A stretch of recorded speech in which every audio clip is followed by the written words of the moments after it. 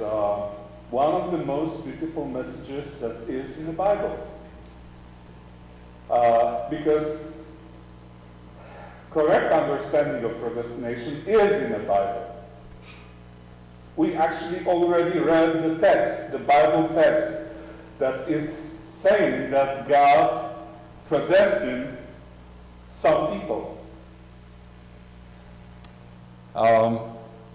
The thing is that I don't think that that we all have a correct understanding of predestination. Because usually, when Protestants are talking about predestination, what they are saying? They are saying that God just pre-select some people to heaven and some people for eternal damnation. That's what they say. That God, according to his will, he just said, okay, this one will be saved and this one will not. And it doesn't matter how much this person tries, he cannot be saved because God didn't predestine him. And that's false understanding of predestination. They even try to read well, actually they are using this text from Ephesians that we already read. Some of them, they read Proverbs chapter 16 verse 4 and they say, it is written, the Lord has made everything for its own purpose, even the wicked for the day of evil. And they say, hey, God created some people, God created wicked for the day of evil. And I'm sorry, using that text to prove that predestination is true, that God, according to his will, is choosing some people to salvation and some people for damnation, is like using Proverbs 28:1 to prove that Solomon is against jogging. You know why? Because Proverbs 28:1 says that the wicked runs when no one is chasing him. It's exactly the same way of thinking. Because actually, Proverbs 16 verse 4, what does it really say? It says, God created everything. Even wicked? Yes, even wicked are created by God. That's all we can say from this text, nothing more. And but I believe that there is some kind of proper understanding of predestination. And because we really can find this in the Bible, let's try to find out what true predestination is about and who is predestined and how God is choosing people. So I believe that we can find it in Romans chapter 8. So people who believe in predestination will read verse 30 and they will say, see, predestination is biblical and God is choosing people according to his will. So they read verse 30 and that verse is saying, and these whom he predestined, he also called, and these whom he called, he also justified, and these whom he justified, he also glorified. So they are using this text, and they are saying, hey, God predestined only a small group to be called, to be justified, and to be glorified. Isn't it? That text is literally saying about this, but not according to his will. What the context is saying. Hey, let's read chapter 29. For those whom he foreknew, he also predestined. So what's the key? What's the key for predestination? Was it according to God's will? God had this feeling, okay, this will be saved or this one not. Is it true? No, because verse 29 is saying that who is predestined? Everyone who was what? Foreknown by God. That's the context. Actually, the original original Greek word is prognosko, and we have prognosis. So, let's say you run a company, and you are hiring some researchers to do the prognosis for your company. Are those researchers responsible for what happens, for what will happen to your company? No. They do what? They do prognosis. That's it. Actually, in Polish language, I'm not sure if you are using the same. In Polish language, we are using prognosis when we are trying to predict the weather. If someone who is doing the weather prognosis, does that person make, that creates the snow and the clouds? No. That person is doing what? Predictions. And because God knows the end from the beginning, his prognoses are always right. Is that true? His prognoses are always right. In other words, God, because he knows our choices, even before we were born, he already knew everything.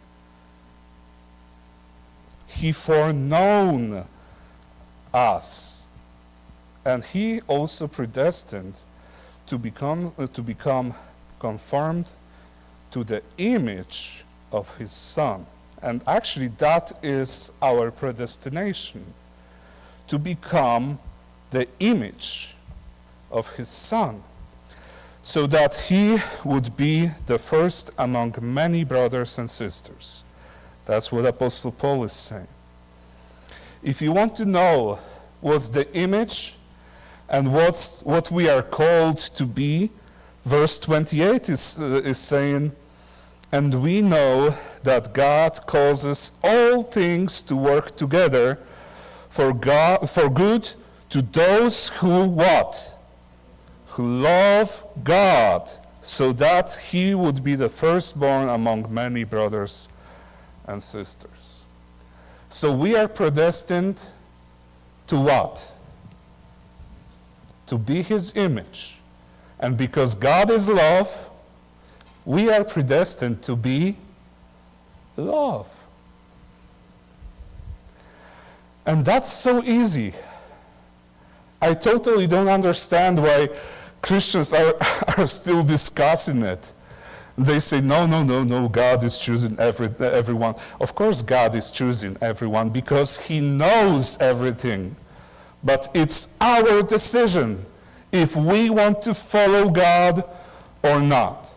And actually, to prove this, Christ made a beautiful image that we can read it in Matthew chapter 22. And this is exactly what Jesus is saying. This is exactly how Jesus is explaining who can be saved. So Matthew chapter 22, and I will read from verse 1.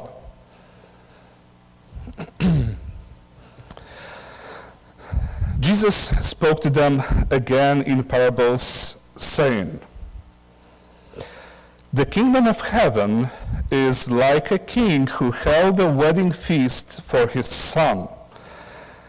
And he sent his slaves to call those who had been invited to the wedding feast, and they were unwilling to come. Again, he sent other slaves, saying, "Tell those who have been invited, behold, I have prepared my dinner. My oxen and my fattened cattle are all butchered, and everything is ready. Come to the wedding feast." But they paid no attention and went their separate ways, one to his own farm, another to his business, and the rest seized his slaves and treated them abusively and then killed them. Now the king was angry, and he sent his armies and destroyed those murderers and set their city on fire. Then he said to his slaves, "The wedding feast is ready, but those who were invited were not worthy. So go to the main roads and invite whomever you find. Invite everyone there to the wedding feast." Those slaves went out into the streets and gathered together all whom they found, both bad and good. Who is invited? Only good? Only predestined? No, both bad and good. And the wedding hall was filled with dinner guests. But when the king came in to look over the dinner guests, he saw a man there who was not dressed in the wedding clothes. And he said to him, "Friend, how did you get here without wedding clothes?" And the man was speechless. Then the king said to the servants, "Tie his hands and feet and throw him into the outer darkness, where will be weeping and gnashing of teeth in the place. For many are called, but few are" what? Are chosen. Many are called. And actually, some people will say, yeah, but many doesn't mean everyone. Actually, in that text, in that context, it literally says everyone, because that word means enormous number of people, unlimited number of people. So it actually says about everyone. Jesus is saying everyone is called, but few are chosen. So, predestination in that context is true when we understand that everyone who is responding to God's love is predestined to be transformed into His image. And that's a beautiful message, you know. I know that usually we are identifying this wedding clothes with justice of God, and it's true. However, I really think that it also represents the clothes of love. Actually, I believe that it's all connected. That God gives you new clothes, and He is calling you to love Him. And actually, you can wear those new clothes only if you love Him. So it's not true that God is making pre-selection. God is waiting for our response, because He is calling everyone and He is waiting for our response. And because He knew what our response will be. He knew that we are the one who will choose him, but it's our decision. That's our decision. So, he knew who will choose to follow him. And we are predestined to love because he is love. And you know what? I know that this message is very simple. Oh, Pastor, once again about God's love. Well, that's true. Sometimes I can read or hear some accusations. They don't, usually from people that don't know that I am pastor, and they said, "Well, pastors are only talking about love, and we should speak about God's justice and requirements." And to be honest, I totally don't understand how they separate God's love from his justice and requirements. Because if you love someone, you have some requirements. Isn't that true? Do you have kids? Everyone who have kids, do you have requirements? Do you want them to be to trust you? Do you ask them to clean the room? And you should do it. Because if they don't have any responsibilities, they will not grow a wise and, hardworking person, right? So, if God is love, then he is just, and he has requirements. But we have to just understand that his first and most important requirement is what? Is love. This is exactly what he says. Love me and love your neighbor. And only when we understand that the love is main rule, then we can talk about all the other rules. Because separating God's love from God's law, it's legalism. And teaching about God's requirements and not teaching about God's love, it's spiritual abuse. And this is true. I can tell you. I believe that all the Christian religions, including our church, are spiritually abusive.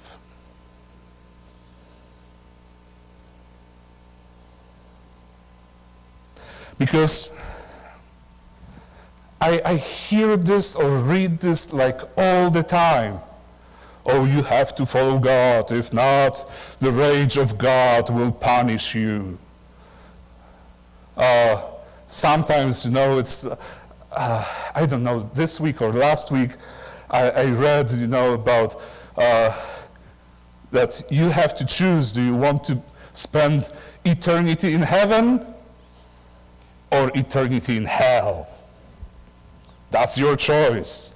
And actually, just look at this, because this is exactly that person who went to the feast without clothes. That person said, okay, yeah, it's better for me to be at the feast, but I don't love that guy. I will not wear those clothes. This is exactly that person. That person says, hey, it's better there than outside.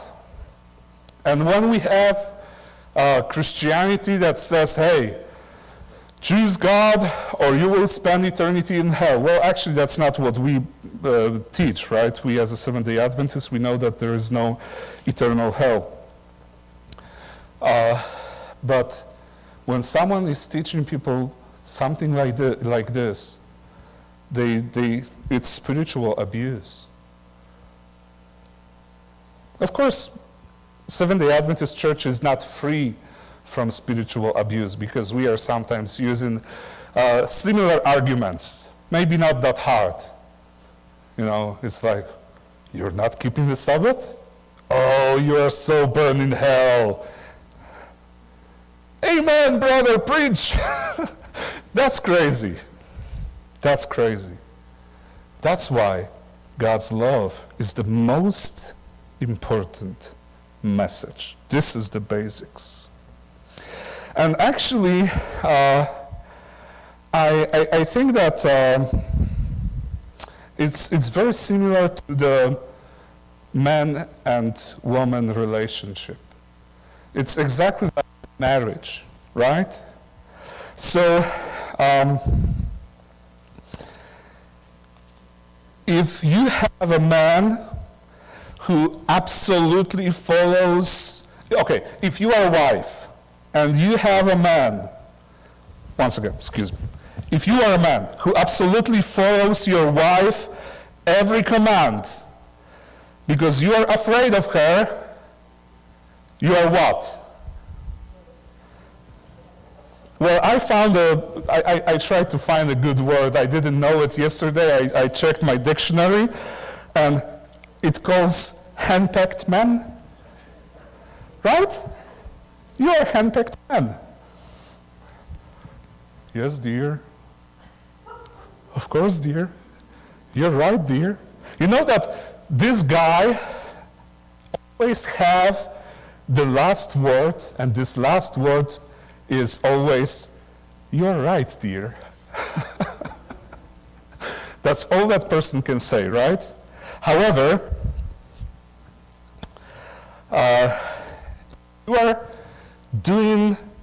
if you are a man and you are doing everything to make your wife happy because you love her, then you are not henpecked man.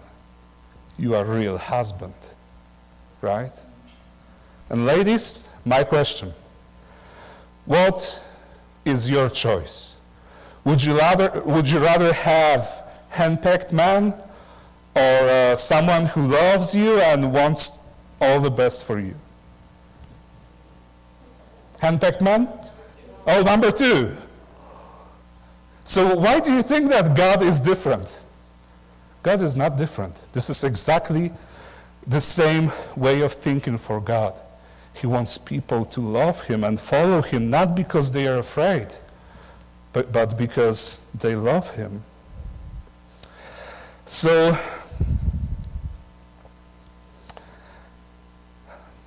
we start a new year.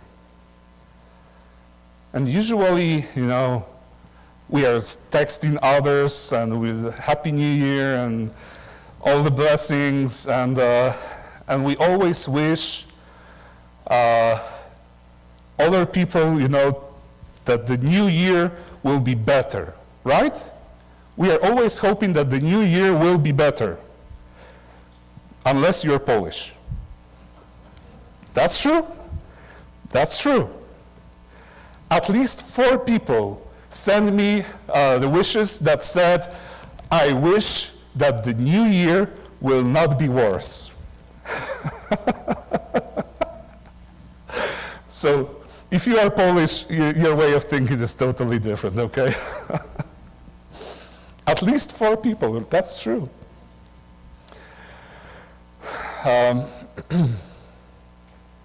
But usually we are hoping that the new year will be better, right? That's why that right now you have all the promotions for the gym, right? Because everyone is doing their New Year's, how do you call it? Resolutions, thank you. And people are saying, yeah, I will start eat healthy, I will go to the gym. However, I will not jog because I already told you that Solomon doesn't approve it. I will spend more time with my family, and so on and so on. And we are always thinking that we are hoping that the new year will be better. However, I found some interesting sentence that it's not the new year that is supposed to be better. It's us. We should be better. And actually, that should be our resolution. That should be something that we should say. We should say, Father, I know that you called me to follow you. And I respond, yes, I will follow you. I want to be transformed into your image. I want love more. I want to follow you everywhere you lead. And that's my resolution for me. And I hope that this will be your resolution, not only for the new year, but for the whole life. Amen.